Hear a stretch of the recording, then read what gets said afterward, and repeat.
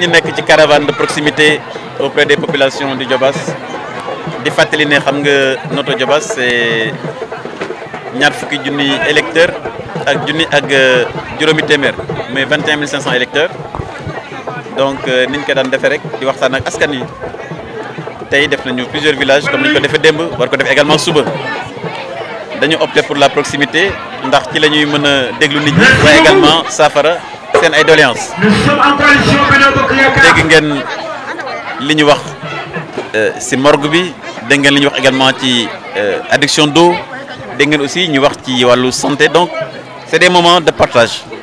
mais aussi de grande mobilisation ñu am mbégte lool di féliciter vraiment les responsables de Sangué mais notamment les jeunes avec ñoom Ousseynou ak ñoom Mireille et donc vraiment lii day wane ne la coalition Benno Bokk Yaakaar comme ni mu ko daan defee depuis 10 ans dina gagner inchallah les élections ici à Diobass très largement. dañu war a connecter justement Sangué sur le réseau hydraulique bi jógee Palam dem Dakar donc waxtaan naa ci ak le directeur général de monsieur Seni Ndaw de l'OFOR que je félicite et je remercie au passage waxtaan naa ci aussi avec mon collègue le ministre Mansour Faye. donc Notto Diobass comme xam ngeen ne dafa am 7 forages yi fi jëlee ndox di ko yóbbu Dakar nappe bi dafa ko wàcc donc mais dëkk yi nga xam ne moom la ñu traversé yëpp war nañ leen connecté donc c'est une question donc de temps et incha allah fan yii di ñëw loolu nañ ko def te jël nañ sax entrepreneur bi ko war a liggéey donc ñu ngi ciy liggéey c'est très très avancé une fois le matériel PVC ñëw ñu installé ko au niveau de Sangué et puis def la connexion donc suñu xel dina ci dal yàgg nañ def ay financement pour les femmes daaw rek dugal nañ fi mat 50 millions pour les femmes. Maintenant, cible bi c'est la jeunesse comme ni ñu ko waxee incha allah dinañ mettre plus de 12 millions en fait c'est un financement global de 25 millions parce qu'il y a 6 à 7 millions qui sont réservés aux femmes de notre village mais fii nañ fi dugal 12 millions pour les jeunes parce que j'ai vu vraiment des jeunes entrepreneurs des jeunes qui ont de l'initiative donc incha allah dinañ ko def mais loolu commencement rek la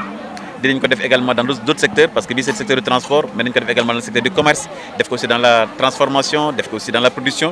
xam ngeen ne y a le projet ANIDA qui va démarrer également ici à Sangué dans les prochaines semaines donc ça sera aussi projet de production lay doon boo xam ne xale yi dinañ fi mën liggéey te dinañ ci am nañ ci yaakaar bu baax a baax. damay lancer rek nit ñi ci ànd ak dal ndax perturber élection moom mënul am Sénégal ndax Sénégal dëkk la boo xam ne nit ñi sont matures réew moo xam ne depuis 150 ans mu ngi def élection Ablaye Wade mënul perturber élection Sénégal loolu aussi na nekk loo xam ne lu leer nañ ñi ànd ak moom di ko xel loolu war nañu xam ne. Le Sénégal est plus fort qu'Ablaye Wade et que donc loolu mënul perturber l'élection et les élections se passeront dans de très bonnes conditions. Vous pensez qu'ici dans le Diobass, il viendrait à l'idée de quelqu'un de venir perturber les élections ici? Les populations sont là. Donc le peuple est toujours plus fort que les hommes politiques. Et je pense qu'il ne faut pas surestimer ses capacités.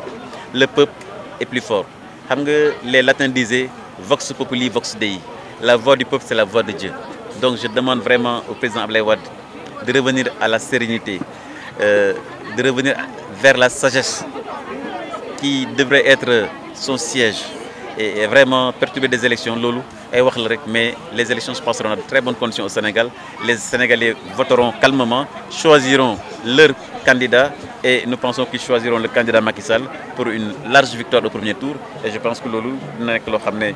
après l'élection le Sénégal continue parce que le Sénégal ne se résume pas à une élection après l'élection les gens vont aller au travail borom tool dem tool borom Jakarta dem dawal seen Jakarta chauffeur taxi dawal seen chauffeur journaliste kon ne seen liggéey donc une élection c'est un moment de choix après maintenant la construction des pays c'est le peuple qui construit les pays ce sont les entreprises qui travaillent l'État continue à faire les infrastructures à développer les cadres macroéconomiques mais ce sont les entreprises ce sont les PME PMI qui développent un pays et je crois que Sénégal yëpp comprendre nañ loolu